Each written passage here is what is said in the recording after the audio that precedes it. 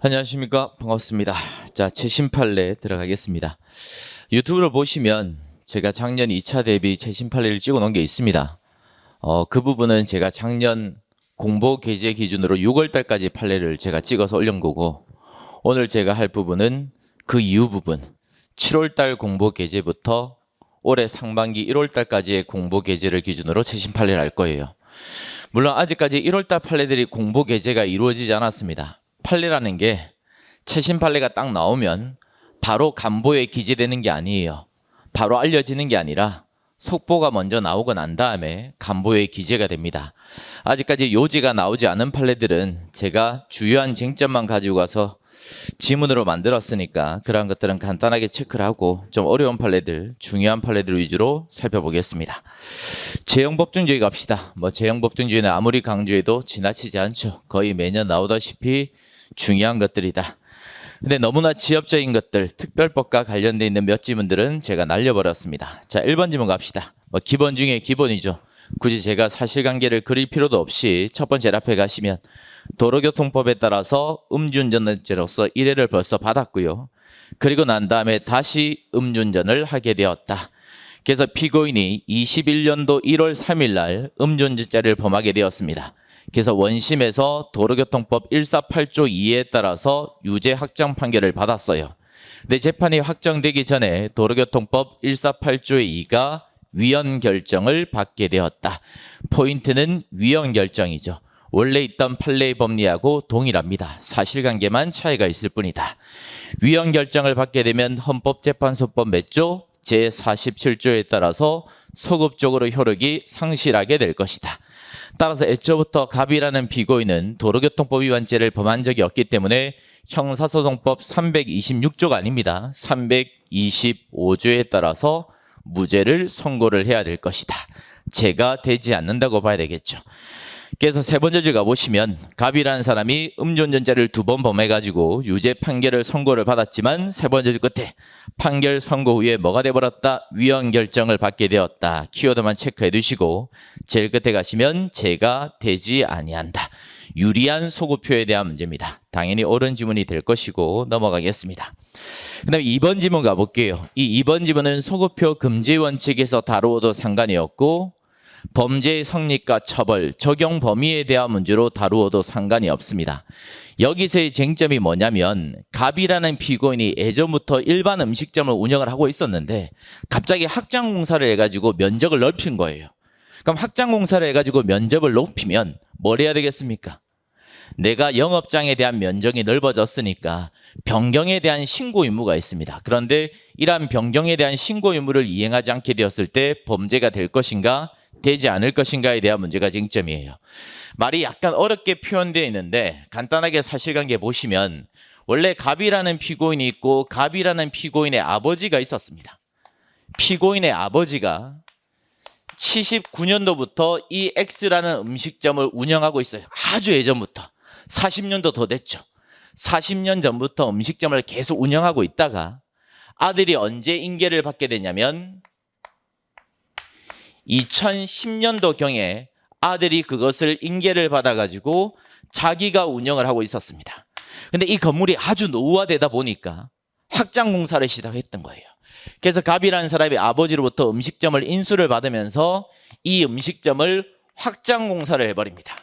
그럼 확장공사를 할 때는 무엇이 생겨버리냐면 변경에 대한 신고 의무가 생기는데 이게 언제 변경이 되었냐면 2003년도에 법률이 변경이 되어가지고 뭐라고 되었냐면 확장공사를 하게 되었을 때는 신고 의무가 생긴다라고 변경이 돼버린 거예요. 그런데 갑이라는 사람은 확장공사를 해놓고 신고 의무를 이행을 하지 않았습니다. 이러한 경우에 과연 갑이라는 사람한테 범죄가 될 것인가 되지 않을 것인가에 대한 문제예요.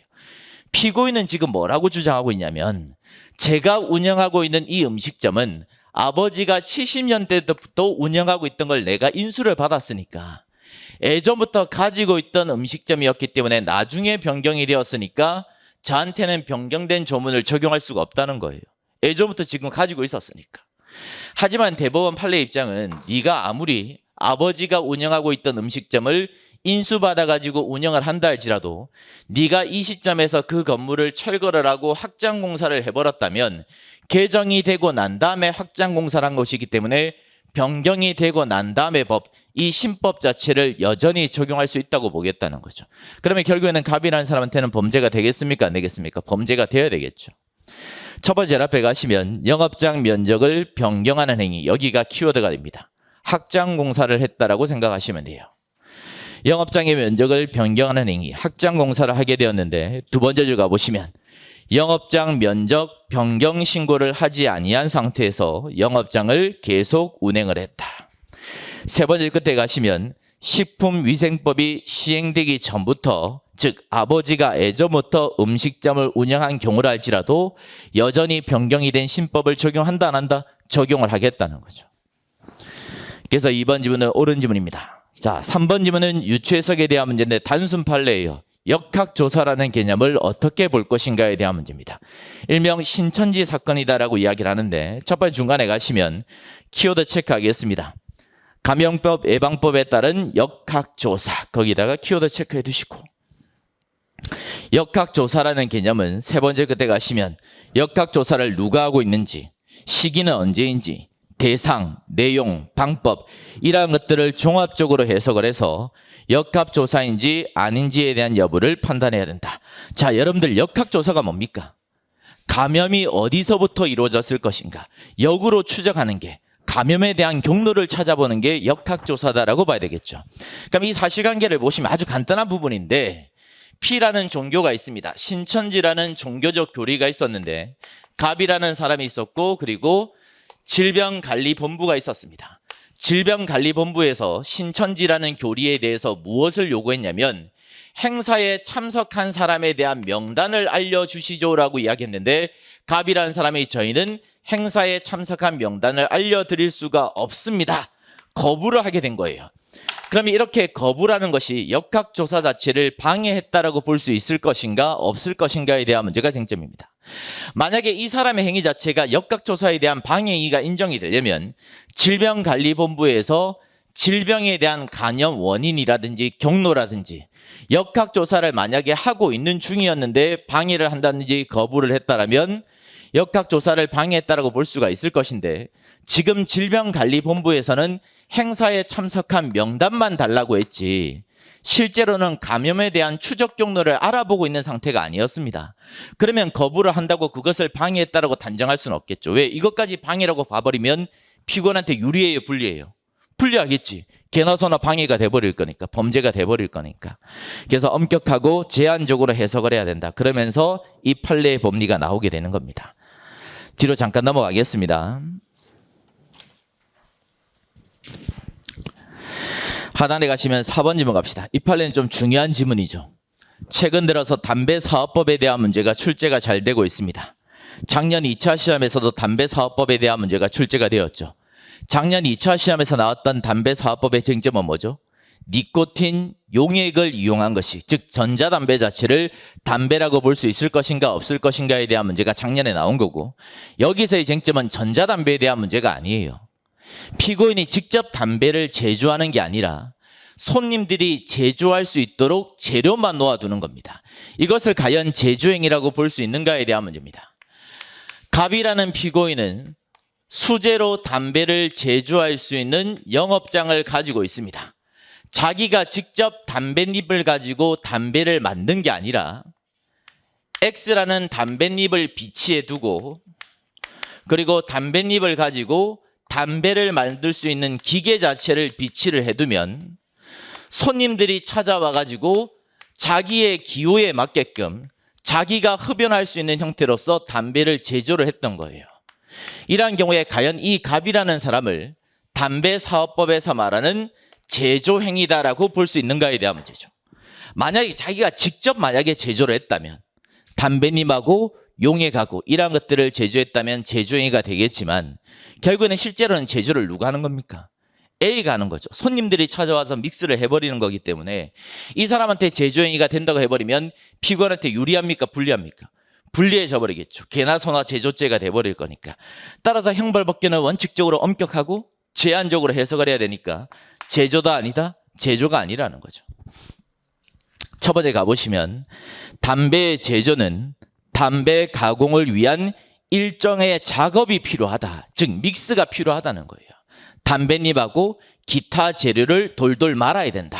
믹스가 필요한데 첫 번째 끝에 가시면 그러한 작업을 수행하지 아니한 사람은 즉 피고인을 말하는 거죠.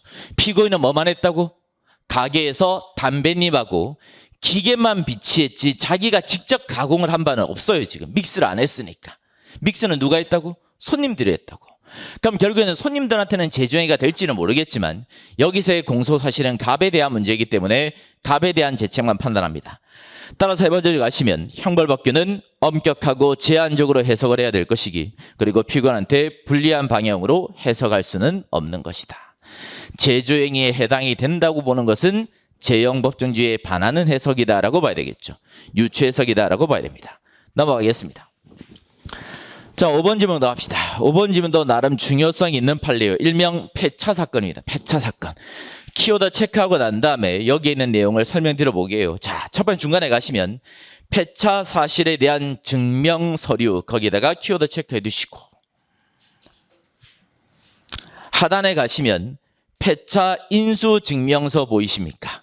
두 번째 줄 끝에 거기다가 키워드 체크해 두시고 여기서 말하는 쟁점은 폐차 인수 증명서 자체가 폐차 사실을 증명하는 서류다라고 볼 수 있는가에 대한 문제가 쟁점이에요. 실제 사실관계를 보고 나면 이 지문 자체가 아주 간단하게 들어오는데 갑이라는 사람이 누구냐면 폐차를 하는 업자입니다. 폐차 전문업자예요.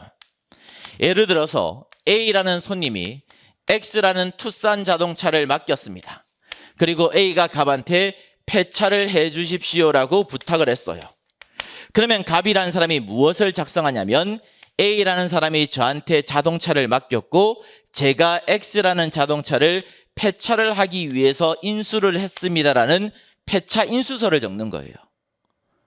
그러고 난 다음에 갑이라는 사람이 이 X라는 자동차를 폐차를 시킬 게 아니라 베트남이라든지 다른 나라로 수출을 할 겁니다.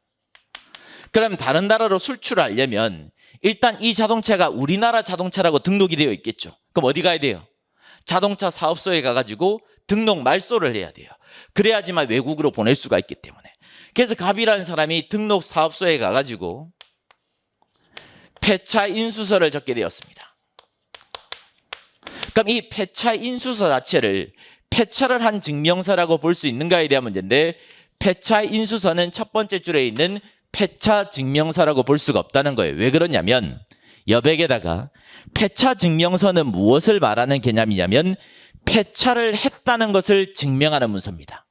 폐차 증명서는 폐차가 완료되었습니다라는 것을 나타내는 문서가 되는 거고 그 밑에 줄에 있는 폐차 인수 증명서는 제가 폐차를 하기 위해서 받았습니다를 증명하는 문서예요. 그럼 같은 문서예요? 다른 문서예요? 다른 문서잖아요. 이걸 만약에 같은 문서다라고 해버리면 피고인한테 자동차 관리법 위반죄가 성립이 돼버립니다. 가벌성에 대한 범위가 너무나 넓어져 버린다는 거죠. 그래서 형벌법규는 엄격하고 제한적으로 해석을 해야 되기 때문에 폐차 인수 증명서를 폐차 사실 증명원에다가 포함을 시킬 수가 없어요. 그래서 갑이라는 사람이 폐차 사실 증명서실을 자기 마음대로 기재를 한 경우라 할지라도 자동차 관리법 위반죄가 성립되지 않습니다. 따라 제일 끝에 가시면 포함된다고 해석을 하는 것은 제형법정주의 원칙상 허용되지 않는다. 형벌법규는 엄격하고 제한적으로 해석을 해야 된다. 6번 질문 갑시다. 6번 질문도 중요하죠. 왜? 이러한 스타일이 경찰직에서는 잘 나오니까. 첫 번째 중간에 가시면 세금 계산서를 발급했다 밑줄 꺼두시고 키워드는 첫 번째 끝에 가시면 수정 세금 계산서를 발급할 사유가 전혀 없는데 표시를 했다. 표시가 포인트입니다. 표시.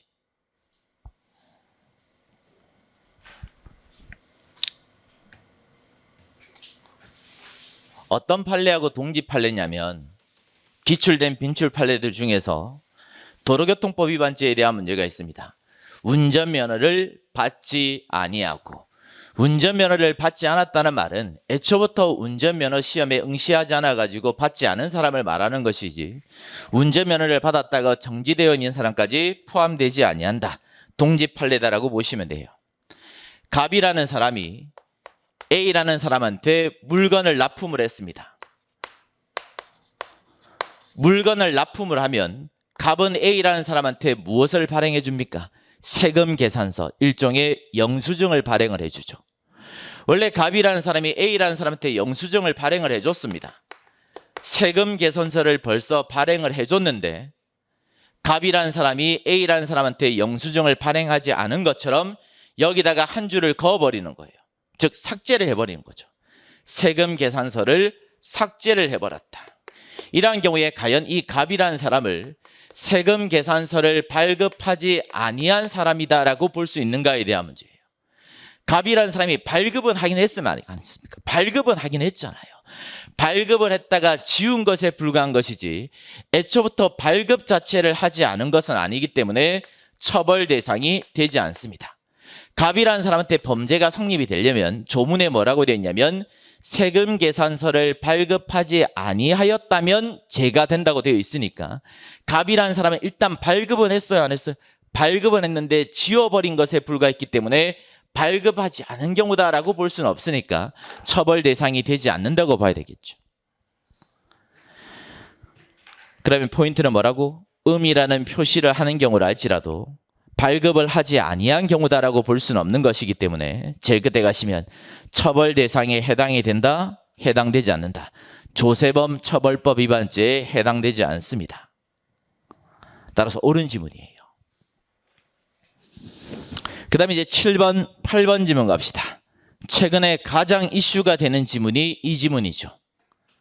한의사들이 초음파 진단기를 사용하는 것이 과연 적법한 행위다라고 봐야 될 것인가? 아니면 위법한 행위다라고 봐야 될 것인가? 최근에 광고도 정말 많이 나오고 있습니다. 사실관계를 간단하게 설명드리면 갑이라는 한의사가 초음파 진단기기를 사용해서 여자분의 자궁을 탐색을 했고 진료를 마쳤습니다. 그럼 갑이라는 한의사가 초음파 진단기기를 사용한 것이 과연 의료법 위반죄 등에 해당이 될 것인가? 해당되지 않을 것인가에 대한 문제예요. 과학 문명이 계속 발달하고 있고 진료에 대한 기술이 계속 발전될 수밖에 없는 것이기 때문에 의사가 되었던 한의사가 되었던 초음파 기기 정도는 누구나 사용할 수가 있는 것이다. 그것을 의사만이 사용할 수 있는 전유물이라고 볼 수는 없다는 거예요. 통상적인 의료 범위에 불과한 것이기 때문에 한의사들이라 할지라도 초음파 진단기기를 얼마든지 사용할 수 있다. 따라서 사용을 한다 할지라도 범죄가 성립된다라고 볼 수는 없는 것이다. 따라서 7번 질문 가보시면 키워드가 있습니다. 의료용 진단기기란 말은 초음파 진단기기를 말하는 표현이죠. 의료용 의료기기, 진단용 의료기기, 초음파 기기를 말한다. 중간에 가시면 한의학적 의료행위하고 관련이 없음이 명백한 경우가 아닌 이상은 처벌 대상에서 제외시켜야 될 것이다. 옳은 지문이고요. 8번 질문 가시면 한의사가 초음파 진단기기를 사용해서 환자분의 자궁을 살펴본다든지 진료행위를 한다 할지라도 두 번째 줄 가시면 그것은 통상적인 보조수단에 불과하다. 통상적인 의료행위에 불과한 것이기 때문에 한의사가 면허에서 인정된 이외의 의료행위를 한다고 볼 수는 없다. 즉 한의사가 할 수 있는 범주 내다라고 봐야 되는 것이기 때문에 무면허 의료행위 등이 인정이 될 수가 없습니다. 옳은 지문이고요. 넘어가겠습니다. 5페이지 9번, 10번 지문 정말 중요하죠. 대표적인 저는 합의체 판결입니다. 동기설. 다행스럽게도 이제 다 없어져 버렸으니까 동기설과 관련되어 있는 판례들은 다 삭제하시면 됩니다. 아울러서 한시법에 대한 문제도 다 없어져 버렸기 때문에 한시법도 삭제하시면 됩니다. 한시법에 대한 문제가 뭐였어요? 일정한 기간이 정해져 있는 경우에 일정한 기간이 존재하지 않고 도가 돼버리면 효력이 없어지는 게 한시법인데 원래 한시법에 대한 문제에 있어서도 판례는 무엇을 가지고 왔습니까? 동기설에 대한 문제를 가지고 왔죠. 예를 들어서 A라는 법률 자체가 1월 1일부터 12월 31일까지만 시행된다. 근데 나중에 1월 1일이 되어가지고 기간이 경과돼 버리면 효력이 상실돼 버리는 게 한시법이었습니다. 예전 판례 입장은 이 상실된 이유를 찾아본다는 거죠. 상실된 동기가 무엇인가에 따라서 법적 견해의 변경인가 아니면 사실관계의 변경인가에 따라서 1조 2항을 적용할 수도 있는 거고 1조 1항을 적용할 수도 있다라고 봤습니다. 하지만 동기설 자체가 이제 없어져 버렸기 때문에 한시법에도 이 동기설에 대한 법리 자체를 적용해서는 안 돼요. 이제는 없어져 버렸다. 의미가 없습니다. 그럼 다시 돌아와서 사실관계 가보겠습니다. 갑이라는 피고인이 킥보드를 운전을 했습니다. 그때 당시만 하더라도, 행위 당시만 하더라도 킥보드를 가지고 운전하는 게 자동차의 운전이라고 봤어요. 그럼 갑이라는 사람이 음주를 한 상태에서 킥보드를 운전했다면 음주를 한 상태에서 자동차를 운전했으니까 좀 전에 보았던 음주운전죄가 성립이 돼버리겠죠. 그래서 음주운전죄로 유죄 판결을 받았습니다. 그런데 중간에 법률이 개정이 돼버렸습니다. 이제 킥보드는 자동차에 해당되지 아니한다. 그러면 이제 자동차가 아니니까 음주운전죄가 성립이 될 수 있습니까? 없습니까? 성립이 될 수가 없겠죠. 행위 당시의 법률에 따르게 되면 형량 자체가 몇 년이었냐면 행위 당시에는 이 A라는 행위 자체가 형벌 자체가 2년 이상 5년 이하였습니다. 그런데 법률이 개정되어서 킥보드를 운전을 하는 경우를 할지라도 이제는 음주운전이다라고 볼 수 없다. 왜? 자동차가 아니니까. 그래서 형량이 변경이 되어서 벌금 20만 원 이하에 처한다라고 변경이 되었어요. 그럼 유리하게 변경되었습니까? 불리하게 변경되었습니까? 유리하게 변경이 되었죠. 예전에는 이렇게 변경된 동기를 살펴봐서 이 동기가 반성적 고려 차원인지 정책적 변경 차원인지를 구분해가지고 1조 1항을 적용할 것인가 2항을 적용할 것인가를 판단했습니다. 하지만 이제는 그것을 고려하지 않습니다. 이 변경 자체가 정책적이든 반성적 고려이든 불문하고 유리하게 변경이 되었다면 유리하게 변경된 신법 자체를 무조건 적용을 할 것이다. 그럼 다시 돌아와서 9번 질문 가보시면 첫 번째 줄에 범죄의 성립과 처벌에 있어서는 두 번째 줄에 범죄를 구성하지 아니하거나 또는 가볍게 변경이 되는 경우에는 세 번째 줄에 반성적 고려에 따르신 것인지 또는 따르지 않은 것인지 묻지 않고라고 되어 있습니다.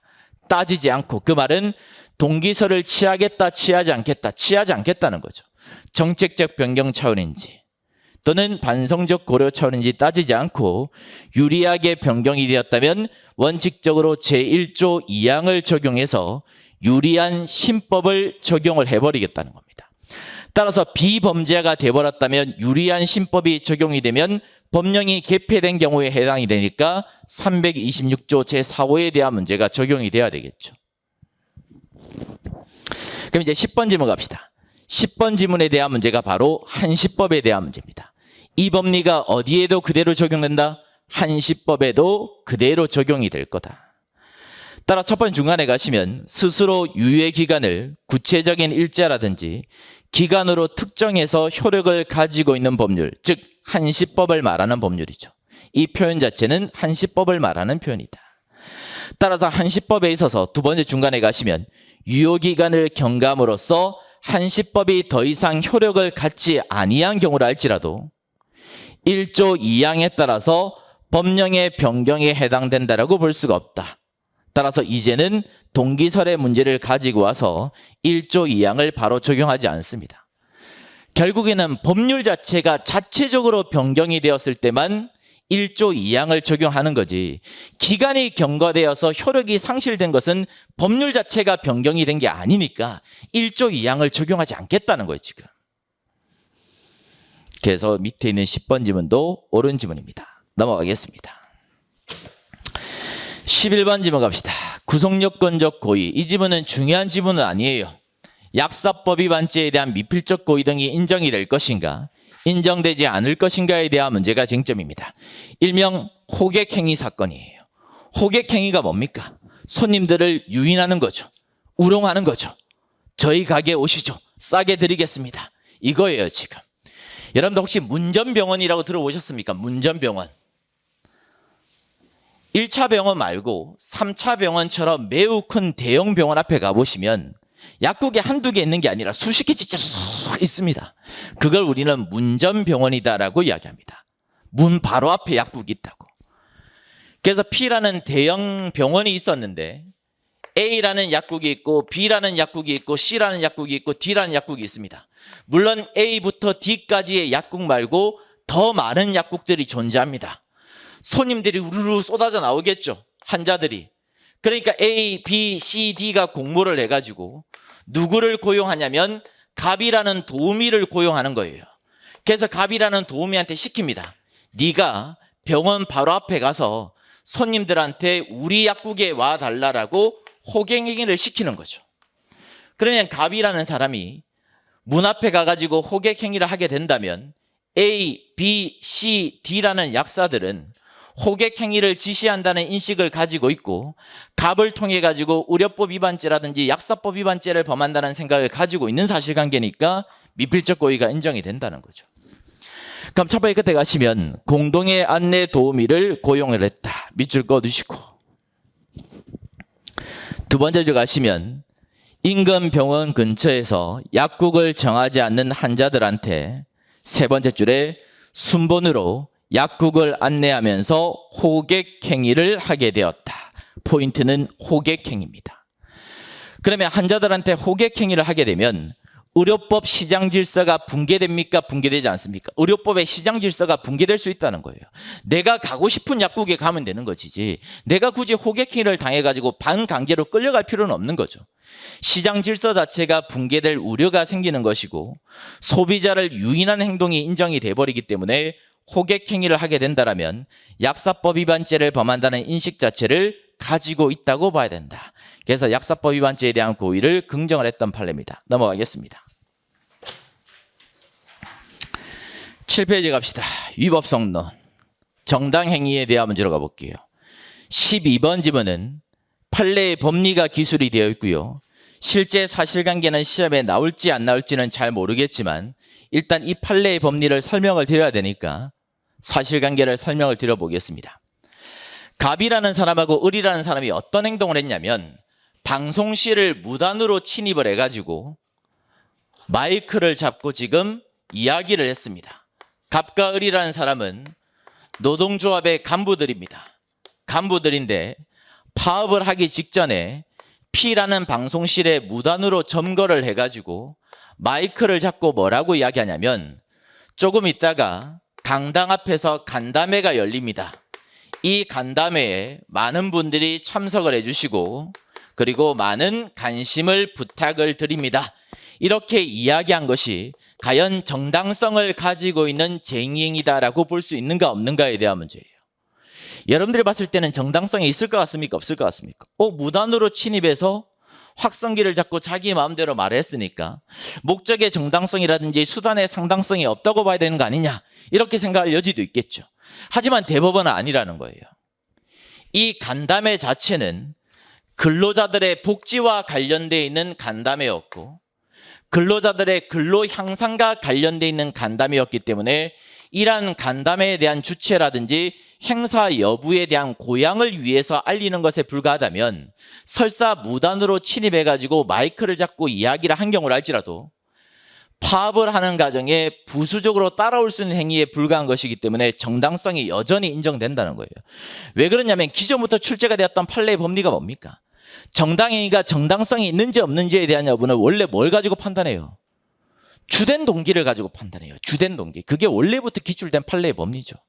그렇기 때문에 이 사실관계에서도 갑과 을이라는 사람은 주된 동기 자체가 적법하게 이루어진 것이기 때문에 부수적으로 수반하는 이 행위 자체가 위법하다라고 단정할 수는 없다는 거예요. 그럼 다시 돌아와서 첫 번째로 갑시다.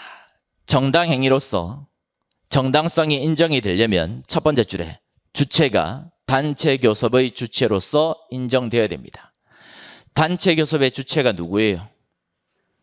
사업주들하고 노동조합 측이 되겠죠. 단체 교섭의 대상이 될 수 있는 것들이 있고 없는 것들이 있습니다. 단체 교섭의 대상이 될 수 없는 것들은 목적의 정당성이 인정이 될 수가 없을 것이다. 기존에 있던 기출 판례 정리해 두시고요. 두 번째 줄 가보시면 목적 자체가 근로자들의 근로조건의 향상을 위한 것이고 세 번째 줄에 단체 교섭을 거부하게 되었을 때 결렬하게 되었을 때 파업을 하기 위해서 찬성 결정을 하는 것이고 그 밑에 줄 제일 마지막 줄 가보시면 별도의 폭력 행사가 이루어지지 않았다면 그 쟁의행위 자체는 정당행위다라고 볼 수가 있다. 그래서 해설 부분 잠깐 내려가 보시면 제일 밑에서 한 줄 위에 갈게요. 제일 밑에서 한 줄 위에 이 부분이 그대로 나올 수도 있습니다. 쟁의행위의 목적을 알리는 등 적법한 쟁의행위에 통상 수반되는 부수적 행위에 불과하다면 정당 행위가 인정이 된다, 인정되지 않는다, 인정될 수 있다는 거예요. 이 간담회 개최 자체가 적법한 파업의 연장이다라고 봐야 되기 때문에 주된 행위 자체가 정당성을 가지고 있다면 그 주된 행위를 하는 과정에 부수적 행위가 약간 잘못이 있다 할지라도 전체를 기준으로 판단을 해야 되는 것이기 때문에 정당 행위가 인정이 됩니다. 옳은 지문이고 13번 지문 갑시다. 일명 MBC 노조위원장 사건입니다. 13번 지문은 단순 판례이기 때문에 키워드만 잘 체크하시면 돼요. 제일 앞에 가시면 방송의 공정성을 확보하기 위한 방안이다. 거기다가 키워드 체크해 두시고 방송의 공정성을 확보하기 위해서 파업을 하는 것들도 목적의 정당성이 인정이 될 수 있을 것인가 없을 것인가에 됩니다. 어떤 방송이냐면 MBC예요. 공영방송이죠. 그럼 여러분들이 봤을 때 공영방송이니까 방송을 할 때는 공정성이 있어야 되겠습니까? 없어야 되겠습니까? 당연히 있어야 되겠죠. 근데 그때 당시만 하더라도 MBC에서 편파 방송을 하고 있는 거예요. 정치색을 가지고 있는 방송을 하고 있는 거예요. 그러니까 노조위원장이 그게 꼴 보기가 싫은 거죠. 보기가 싫으니까 공정하게 방송을 해라. 편파 방송을 하지 마라. 너희들이 계속 편파 방송을 하면 우리는 근로를 거부하겠다. 파업을 하기 시작했습니다. 그럼 이 파업 자체가 과연 정당한 파업이다라고 볼 수 있는가에 대한 문제죠. 공영방송이다 보니까 방송을 할 때는 당연히 객관적 기준에 따라서 공정하게 방송을 해야 되는 거다. 근데 만약에 방송회사에서 공정하게 반성을 하지 않았기 때문에 공정성을 이유로 해서 파업을 하는 것은 적법한 파업이다라고 봐야 된다. 따라서 정당행위가 인정이 돼버렸던 사실관계였습니다. 그래서 제일 끝에 가시면 목적의 정당성이 인정이 될 것이다. 옳은 지문. 즉 적법한 파업이라는 거죠.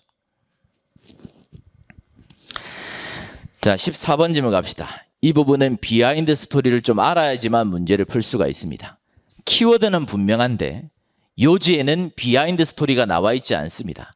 먼저 빠르게 한번 읽어보시고 언뜻 읽어보시면 피고인들한테는 쟁의행위, 파업이 인정되어야 될 것 같고 공동정범에 대한 재책을 물어야 될 것처럼 보이는데 제가 성립되지 않습니다.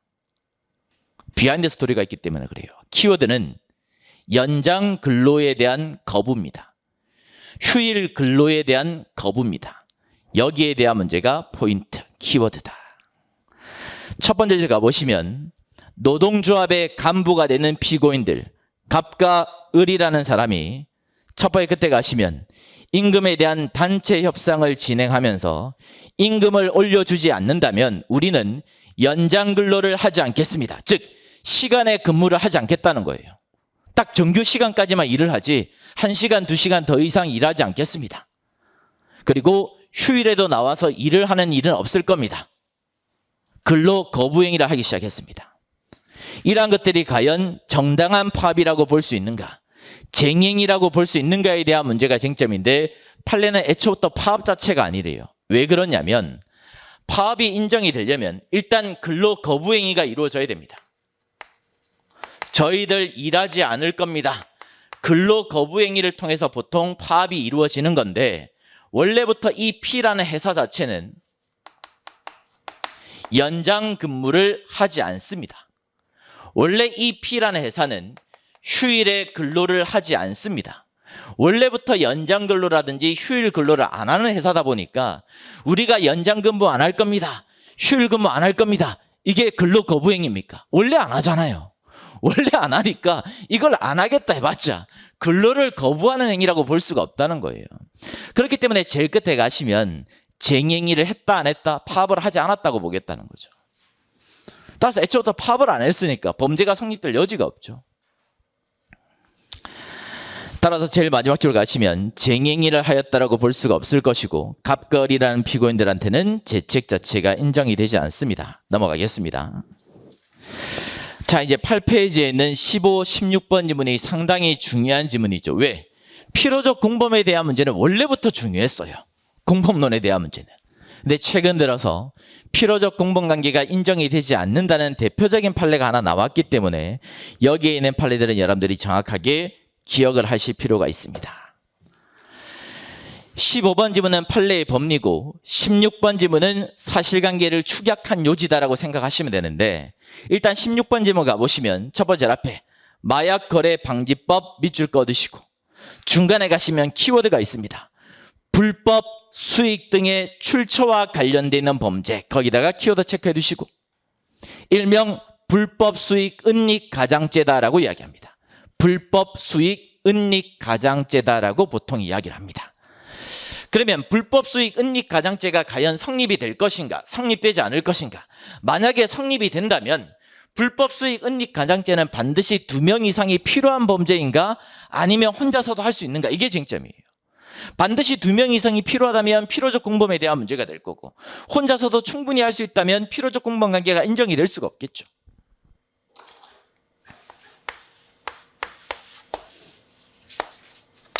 을이라는 사람은 마약류를 판매하는 사람입니다. 을이 갑등과 같은 사람들한테 마약류를 판매했습니다. 그런데 갑이라는 사람이 을이라는 사람한테 돈을 지급을 할 건데 직접 지급하는 게 아니라 을이 가지고 있는 차명계좌, 대포 통장에다가 자기의 이름을 적는 게 아니라 다른 사람의 이름을 기재해가지고 무통장 입금 형식으로서 을이라는 사람한테 돈을 보내는 거예요. 그럼 을이라는 사람이 필로폰을 판매해가지고 범죄 수익이 생겼는데 범죄 수익이 은닉이 돼버리겠죠. 수사기관에 찾기가 힘들 거니까.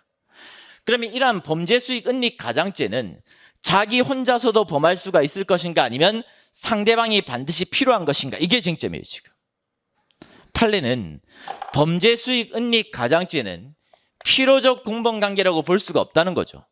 자기 스스로도 범죄 수익을 숨길 수가 있는 거고 누군가가 도와줘서 숨길 수도 있는 거기 때문에 범죄 수익 은닉 가장죄는 필요적 공범관계라고 볼 수가 없으니까, 그럼 필요적 공범관계라고 볼 수가 없으면 이 내부자 사이에서는 형법 총칙상의 공범 개념이 적용될 수 있는 거예요, 없는 거예요? 될 수가 있는 거겠지. 그렇기 때문에 갑이라는 사람이 을을 도와줬다면 을은 범죄 수익 은닉 가장죄의 방조범이 인정이 돼버리겠죠. 그럼 다시 돌아와서 15번 질문 갑시다. 첫 번째 줄에 2인 이상이 가담해서 범죄를 범하는 경우를 우리는 필요적 공범이다라고 이야기하고 그 중에 대항범이 있다. 두 번째 줄에 구성요건 자체에서 2인 이상의 범죄행위가 반드시 필요한 경우를 필요적 공범이다라고 이야기를 한다. 끊으시고, 그런데 세 번째 줄이 포인트죠. 세 번째 줄 끝에 가시면 구성요건 상으로서는 단독으로도 범죄를 범할 수 있는 형식으로 기술이 되어 있는데 2명 이상이 가담해서 범죄를 범하는 경우였다면 대항범에 대한 법리 자체가 적용되지 않는다. 그 말은 필요적 공범이 아니라는 거죠. 범죄 수익은 혼자서도 숨길 수가 있는 거고 누군가가 도와줌으로써도 숨길 수가 있는 거니까 범죄 수익 은닉 가장죄는 필요적 공범이다, 아니다? 아니라는 거예요, 결국.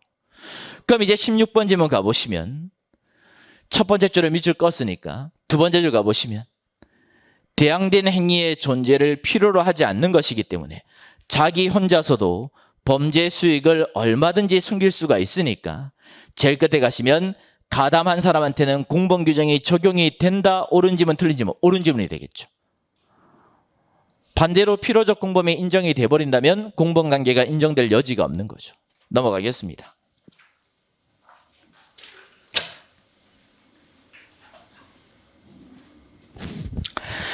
뒤로 가시면 17번 지문, 방조범의 고의입니다. 판례의 법리가 달라지는 건 없어요. 해설 부분 가보시면 상단에 있는 판례의 법리가 있고 하단에 있는 판례의 법리가 있는데 상단에 있는 판례의 법리는 원래부터 나왔던 법리죠. 방조범은 고의범이기 때문에 이중의 고의를 가지고 있어야 된다. 내가 정범의 행위를 도와준다는 인식도 가지고 있어야 되고 내가 정범을 도와준다면 정범이 범죄를 범하겠구나라는 고의도 가지고 있어야 되겠죠. 근데 이제 문제가 되는 부분은 두 번째 단락에 대한 문제예요. 금융실명 거래에 관한 법률 위반죄에 대한 방조가 인정이 될 것인가, 인정되지 않을 것인가에 대한 문제입니다. 두 번째 줄 가보시면 금융실명 거래에 관한 법률 위반죄가 성립이 되려면 탈법 행위라는 목적을 가지고 있어야 됩니다. 어떤 목적이 있어야 된다고? 탈법 행위라는 목적을 가지고 있어야 돼요. 그러면 도와주는 사람이 내가 정범의 탈법 행위를 도와주고 있구나, 이걸 인식하고 있는가 없는가에 대한 문제가 쟁점입니다. 뭐가 쟁점이라고? 정범이 과연 탈법 행위의 목적을 가지고 있는가 없는가에 대한 여부를 방조자가 인식하고 있는가 없는가에 대한 여부가 쟁점이라고. 갑이라는 사람이 정범, 을이라는 사람이 가담하는 사람, 방조범이다. 갑이라는 사람이 보이스톡을 이용해서 뭐라고 이야기를 하냐면 환전을 해줄 사람을 찾습니다. 만약에 당신이 환전을 해주시면 월의 보수를 400에서 600만 원 이상 드리겠습니다라고 이야기를 했습니다. 월 수입이 꽤 세죠. 그러니까 을이라는 사람이 알겠습니다, 제가 환전 업무를 도와드릴게요. 그럼 이 환전 업무는 어떤 환전 업무였냐면 갑이라는 사람이 A라는 사람, B라는 사람, C라는 사람, 피해자들한테 보이스피싱, 사기를 치는 환전 업무였던 거예요. 그래서 갑과 같은 이 보이스피싱을 범하고 있던 사람들이 피해자로부터 돈을 받으면 을이라는 사람이 대신 인출을 하고 그 인출한 돈을 갑의 공범자가 되는 병이라는 사람한테 교부하는 행위를 을이 도와주고 있는 거죠. 그래서 원심 판사들은 어떻게 봤냐면, 원심 판사들은 을이라는 사람이 보이스피싱 범죄를 범하고 있는 갑의 환전 업무를 도와줬다고 탈법의 목적 행위 자체를 도와준다는 인식을 가지고 있다고 보기는 증명이 좀 부족하다는 거예요. 검사 너희들 증명을 좀 못했다, 엄격한 증명까지 이루어지지 못했기 때문에 원심 판사들은 고의가 없다고 봤어요. 하지만 대법원 판례들은 다르게 봤습니다. 상식적으로 생각해봐라. 단순하게 환전을 해주는데 월에 600만 원 준다고? 그럼 뭔가 이상하지 않습니까? 뭔가 이상하다고 생각해야지. 분명히 어떤 범죄에 연루되어 있는 환전일 거다. 그렇기 때문에 을이라는 사람이 환전에 가담을 한다면 갑의 어떤 탈법 행위에 가담한다는 생각을 당연히 가질 수밖에 없는 것이기 때문에 방조자에 대한 고의가 부정이 될 게 아니라 방조자에 대한 고의가 여전히 인정이 될 수 있다는 거죠. 그래서 두 번째 줄 가보시면 지문으로 갑시다. 두 번째 줄에 방조범에게도 정범이 위와 같은 탈법 행위의 목적으로서 타인 명의로서 금융 실명 거래를 한다는 고의가 충분히 인정이 될 것이고 구체적인 내용까지 반드시 알고 있어야 되는 것은 아니다. 미필적으로 충분히 알고 있다 없다? 미필적으로는 충분히 인식할 수 있다는 거죠. 그 다음에 이제 18번 질문 갑시다. 중요한 질문이죠. 원래부터 나왔던 질문인데 차이가 있습니다. 자, 읽어보시고 원래 기출하고 비교해보세요. 행위표준설에 대한 문제죠. 무면허 운전에 대한 재수관계는 판례가 행위표준설의 입장을 취하고 있습니다. 예외적으로. 행위를 한 날마다 재수관계를 판단해요. 오늘하고 내일하고 모레하고. 그러면 원칙적으로 일제가 아니라 수제가 되겠죠. 근데 여기서의 포인트는 어디가 될까요? 첫 번째 앞에 가시면 같은 날이에요. 같은 날. 지금까지 나왔던 판례는 행위를 한 날마다 일제가 된다. 오늘 행위하고 내일 행위하고 모레 행위했으면 수제가 된다는 게 지금까지 계속 기출됐던 판례고, 여기서 말하는 판례는 달라진 게 아니라 같은 날 계속해서 반복해서 운전했을 때 일제가 될 것인가 수제가 될 것인가에 대한 문제예요. 그럼 여러분들이 한번 판단해 봅시다. 갑이라는 사람이 면허가 없는 상태입니다. 친구들하고 밥 먹을 거예요. 면허가 없는데도 친구들하고 밥 먹기 위해서 식사 자리에 차를 끌고 갔습니다. 그럼 일단 무면허 운전자 했죠. 식사를 대략 2시간 정도 했고요. 2시간에서 3시간 끝나자마자 집에 돌아가는 길에 또 면허가 없는 상태에서 또 운전을 해버렸습니다. 그러면 식사 전후를 기준으로 해서 운전을 하고 운전했다. 일제가 될까요? 수제가 될까요? 이게 쟁점이에요. 만약에 갑이라는 사람이 무면허 운전을 한다는 단일한 고의를 가지고 연속적으로 운전을 같은 날 했다면 이럴 때는 같은 날은 일제가 된다는 거예요. 하지만 단일한 고의가 아니라 별개의 고의를 가지고 운전하고 운전을 했다면 우리가 지금까지 공부했던 판례하고 마찬가지로 실경관계가 돼버린다는 거죠. 그럼 다시 돌아와서 첫 번째 앞에 같은 날 무면허 운전을 했다. 운전 한 날마다 아닙니다. 그 판례와 다른 판례예요. 같은 날 무면허 운전 여러 차례에 걸쳐 가지고 반복을 했다. 근데 처벌 끝에 가시면 범위의 단일성이라든지 계속성이 인정되지 않거나 또는 범행 방법이 동일하지 아니한 경우였다면 실경관계가 인정이 되겠지만 끊으시고, 반대로 단일한 고의를 가지고 연속적으로 이루어졌다면 실경관계가 인정이 될 게 아니라 포괄해서 일죄가 된다라고 문제를 푸셔야 되겠죠. 따라서 그 밑에 쭉 가시면 세 번째 줄 끝에 수개의 동종행위가 동일한 의사에 의해서 반복되었거나 접속 연속해서 이루어진 경우라면 제일 마지막 줄에 포괄해서 일죄예요, 실경이에요? 포괄해서 일죄관계가 된다라고 문제를 푸셔야 됩니다. 그래서 포인트는 같은 날이고 문제를 푸실 때는 범위의 단일성이 있는가 없는가, 동일한 고의를 가지고 있는가 없는가, 그 부분을 체크하시고 난 다음에 실경인가 포괄일죄에 대한 여부를 구별하시면 됩니다. 넘어가겠습니다. 19번 지문 자체는 원래부터 있던 판례의 법리이기 때문에 그렇게 중요하다고 볼 수는 없어요. 몰수 추징이 인정이 되려면 불고 불리의 원칙에 따라서 공소 제기된 사실하고 관련이 있는 것들만 몰수를 할 수 있겠죠. 당연히 공소 제기된 사실하고 관련이 없는 것들은 몰수의 대상이 될 수가 없죠. 그럼 사실관계만 간단하게 설명드려보면 답이 누구냐면 보이스피싱을 범하고 있는 사람들입니다. 보이스피싱 해가지고 피해자한테 2억 받고 1억 받고 1억 받았어요. 그럼 2억, 1억은 사기죄라는 공소사실과 관련되어 있는 피해액이 되겠죠. 재산이 되겠죠. 따라서 사기죄를 통해서 얻은 물건이라고 볼 수가 있으니까 이 피해 재산은 몰수의 대상이다 아니다? 몰수의 대상이 당연히 된다는 거예요. 그럼 다시 돌아와서 첫 번째 앞에 가시면 부패재산몰수법 밑줄 꺼두시고, 부패재산몰수법이든 형법상의 몰수든 간에 처벌 끝에 가시면 범죄 사실과 관련되어 있는 것으로 한정이 될 것이다. 왜? 불고 불리의 원칙이니까. 따라서 두 번째 중간에 가시면 범죄 피해 재산은 공소 제기된 범죄 사실과 관련되어 있어야 될 것이고 피해자로부터 취득한 재산이다라고 한정되어 있어야 될 것이다. 따라서 2억, 1억, 1억 원은 사기를 통해서 피해자한테 받은 돈으로서 공소사실과 관련되어 있는 돈이기 때문에 몰수의 대상이 당연히 인정이 됩니다. 옳은 지문. 자, 이제 하단에 가시면 20번 지문, 중요한 판례죠. 그런데 녹록치 않습니다. 특가법에 대한 문제는 경찰직 시험에서도 잘 나오고 최근에 법원 행시 시험에도 잘 나오죠. 최신 판례가 워낙 많은 부분입니다. 먼저 조문 하나 읽어보시고 특가법 제5조의 4, 제가 조문을 박아뒀는데 조문에 뭐라고 되어 있습니까? 어떤 범죄를 3회 이상 범해야 된다고 되어 있어요? 329조 일반절도죄부터 331조 특수절도죄까지와 관련되는 범죄를 3회 이상 범해서 징역을 받은 사람이 다시 한 번 더 절도죄를 범하면 특가법 제5조의 4에 따라서 가중처벌된다라고 되어 있습니다.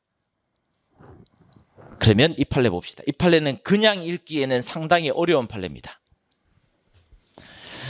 물론 아무리 경찰직 시험이 점점 어려워지고 있는 추세라 할지라도 변호사 시험처럼 통사례형 문제로 나오기에는 상당히 까다로워 보이긴 한데 일단 설명은 드릴게요.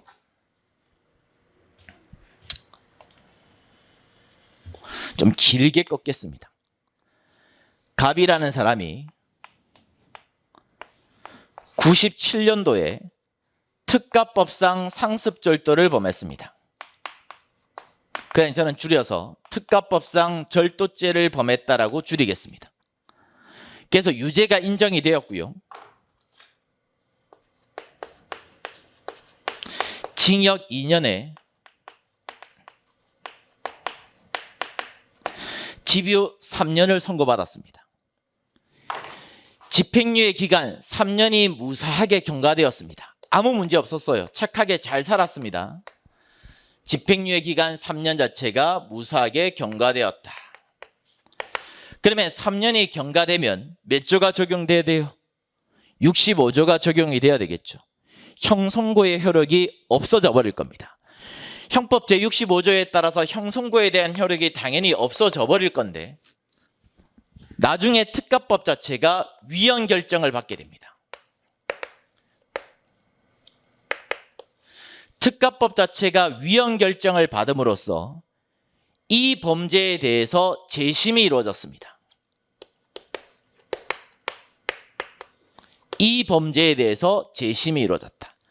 그래서 재심 판결에서는 특가법상 절도에 대해서 여전히 징역 2년과 집유 3년을 선고를 했습니다. 그런데 알고 보았더니 이 갑이라는 사람은 다른 범죄를 또 범했던 거예요. 언제를 범했냐면 위헌 결정 자체가 15년도에 이루어졌는데 2010년도경에 절도죄를 또 범했었고 그리고 2014년경에 절도죄를 또 범했습니다.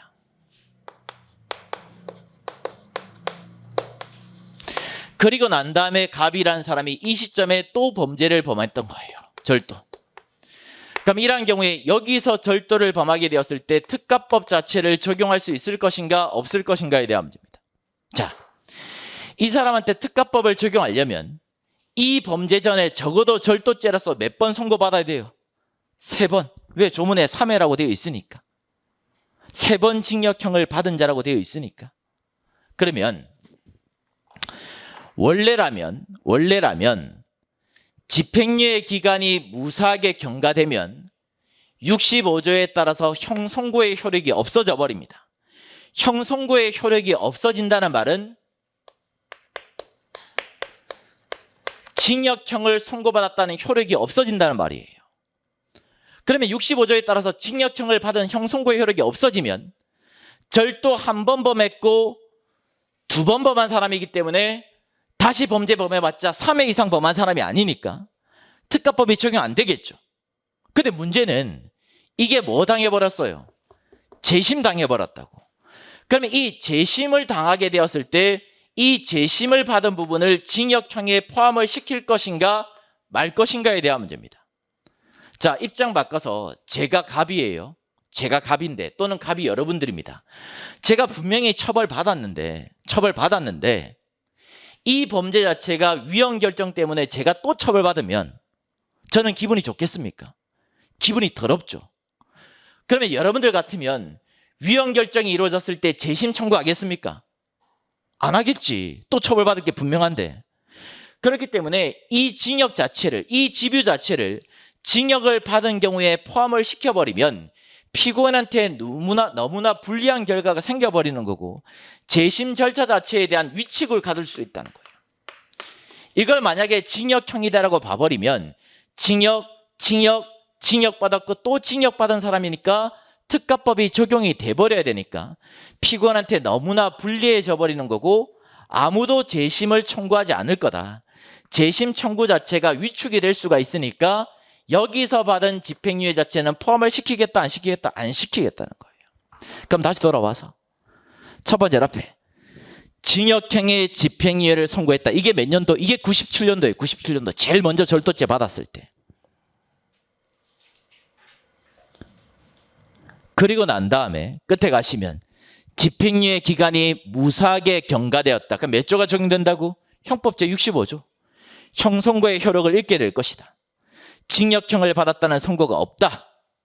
그런데 그 밑에 줄에 이제는 징역형에 해당되지 않을 건데 세 번째로 가시면 이 범죄 자체가 위헌 결정에 따른 재심 판결이 이루어졌을 때 이 재심 판결을 제일 마지막 줄에 징역형에 포함을 시키겠다 안 시키겠다? 안 시키겠다는 거죠. 포함을 시켜버리면 피고인한테 너무나 불리해져 버리잖아요. 특가법 적용해버려야 되니까. 3번 이상 범죄를 범한 사람이 돼버리니까. 포함을 안 시켜야지만 2번만 범죄를 범했고 1번 범했으니까 특가법이 적용 안 되겠죠. 그래서 이 판례는 상당히 어려운 판례입니다. 복습하실 때 다시 한번 더 읽어보시고요. 뒷페이지에 있는 형법 강론에 대한 부분은 10분만 쉬고 다시 하겠습니다.